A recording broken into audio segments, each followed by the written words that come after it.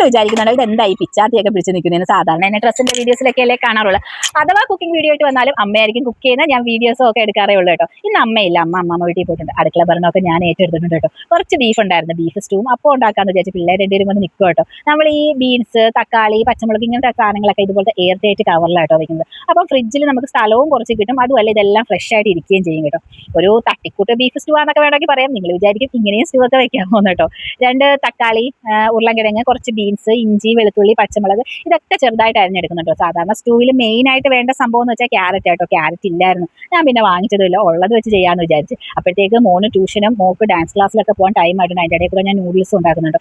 Beef നമ്മൾ വേവിച്ച് വെച്ചിട്ടുള്ള ബീഫായിരുന്നു കേട്ടോ. അതിനകത്തോട്ട് ഈ വെജിറ്റബിൾസ് എല്ലാം ഇട്ട് കുറച്ച് മഞ്ഞപ്പൊടിയും കുറച്ച് ഉപ്പും ഇട്ട് ഒന്ന് ആവി ഏറിയാൽ മതി. കാരണം ബീഫ് വെന്തിരിക്കുന്നതാണല്ലോ. അപ്പം ഒന്ന് ആവി ഏറാനായിട്ട് വെക്കുന്നുണ്ട് കേട്ടോ. ഒരു ഫിസിലൊന്നും കേൾപ്പിക്കേണ്ട, ജസ്റ്റ് ഒന്ന് ആവി ഏറിയാൽ മതി. അപ്പോഴത്തേക്ക് അമ്മ രാവിലെ ഈ അപ്പത്തിനുള്ള അരിയൊക്കെ വെള്ളത്തിൽ ഇട്ടിട്ട് പോയിട്ടുണ്ടായിരുന്നു. എനിക്ക് കറക്റ്റ് അതിൻ്റെ അളവ് അറിയത്തില്ല കേട്ടോ. പച്ചരിയും പിന്നെ കുറച്ച് ഉഴുന്നും വെളിച്ചെണ്ണയും ഉപ്പും പഞ്ചസാരയും ഈസ്റ്റും തേങ്ങാവെള്ളവും തേങ്ങയും എല്ലാം ഇട്ട് വെക്കുന്നുണ്ട് കേട്ടോ. അതെല്ലാം ഞാൻ ജസ്റ്റ് ഒന്ന് അരച്ചെടുക്കുന്നുണ്ട്. ഒരു രാവിലെ ഇട്ട് വെച്ച ഒരു 3 മണി 3:30 ആകുമ്പോൾ അരച്ചാൽ നമുക്കൊരു 7:30 ആകുമ്പോഴത്തേക്ക് നല്ല അടിപൊളി അപ്പം ഉണ്ടാക്കിയെടുക്കാം. പക്ഷേ അപ്പം ഉണ്ടാക്കുന്ന വീഡിയോ ഒക്കെ എടുക്കാൻ പറ്റുമെന്ന് എനിക്ക് അറിയത്തില്ല കേട്ടോ.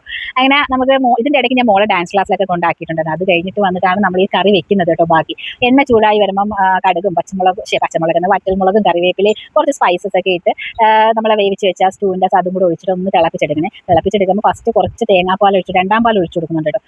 ഞാൻ സാധാരണ ഇവിടെ തേങ്ങയുടെ പൊടിയാണ് നമ്മൾ ഇടുന്നത്, ഞാൻ പാൽ എടുത്തത് കേട്ടോ തേങ്ങയുടെ. അതിനകത്ത് കുറച്ച് കുരുമുളകും മസാലപ്പൊടിയും തക്കാളിയും കൂടി ഇട്ട് കൊടുക്കുന്നുണ്ട്. അത് നല്ല രീതിയിൽ വെന്ത് വരുമ്പോഴത്തേക്കാണ് നമ്മൾ ഒന്ന് നല്ല കട്ടിപ്പാലുണ്ടല്ലേ അത് ഒഴിച്ചു കൊടുക്കുന്നുണ്ട്. അമ്മയാണെങ്കിൽ തേങ്ങ അരച്ചൊഴിക്കും, അപ്പോൾ നല്ല തോനെയും കറിയാണ്. പക്ഷെ ഇത് പാലിലായതുകൊണ്ട് കുറച്ച് കറിയേ ഉള്ളായിരുന്നു കേട്ടോ. കഴിച്ച് നോക്കിയപ്പോൾ നല്ല സൂപ്പർ ടേസ്റ്റ് ഉണ്ടായിരുന്നു കേട്ടോ. നല്ല ടേസ്റ്റ് ഉണ്ടായിരുന്നു. ചേട്ടനും എല്ലാവർക്കും ഇഷ്ടപ്പെട്ടത്. 5:47 എൻ്റെ കുളിയൊക്കെ കഴിഞ്ഞതേ ഉള്ളൂ കേട്ടോ. കുളിയൊക്കെ കഴിഞ്ഞ് വിളക്കൊക്കെ കത്തിച്ചെടുക്കുന്നു. മോളെ ഇനിയിപ്പം 6:30 വരെ കേട്ടോ ഡാൻസ് ക്ലാസ് ഉള്ളത്. അപ്പം ഇനിയിപ്പോൾ നമുക്ക് നടന്ന് പോയി വിളിക്കുന്ന ദൂരമേ ഉള്ളൂ കേട്ടോ. അവിടുന്ന് വിളക്കൊക്കെ കത്തിച്ച് നമ്മുടെ അവിടെ ഒരു ബുദ്ധൻ ഇരിപ്പുണ്ട് കേട്ടോ ചെടിയുടെ അവിടെ. അതിന് ഞാൻ എന്നും വിളക്കത്തിക്കുമ്പോൾ ഒരു ചന്ദനത്തിരിയൊക്കെ കൊണ്ട് കുത്തിവെക്കും. പിന്നെ ഡാൻസ് ക്ലാസ്സിൽ പോയി മോളെ വിളിക്കുന്ന ടൈം നല്ല മഴയുണ്ടായിരുന്നു. ഞാൻ റെയിൻകോട്ടൊക്കെ എടുത്തോണ്ട് പോയി.